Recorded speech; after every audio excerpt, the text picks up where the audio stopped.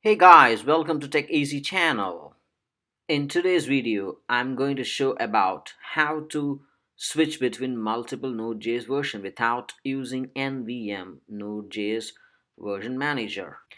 Before going into the details, first let's look at how to install multiple Node.js version without installer. Without installer? Yes, Node.js provides unzip and run version. The URL shown here provides all the variants of old versions of Node.js. So you don't need to search for old installers, just unzip and run. For this session, I'm going to install two versions to demonstrate the Node.js version switch. One is 6.13, the another is 10.15. This demo is done using Mac OS.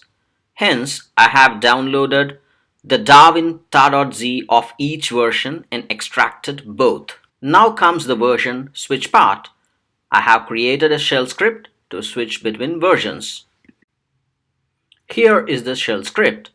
I have declared both the versions and introduced switch case based on the version argument. The version argument will be taken as an input, and then the switch statement sets the correct path of the version which is entered.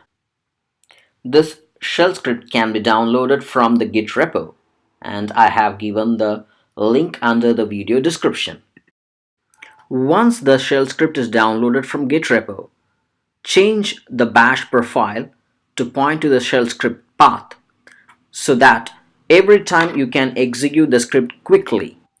That's it. Once you have the bash profile ready, you can quickly switch between versions. The Git repo has the script and a sample bash profile to set things for you easily. By this approach, you have several advantages.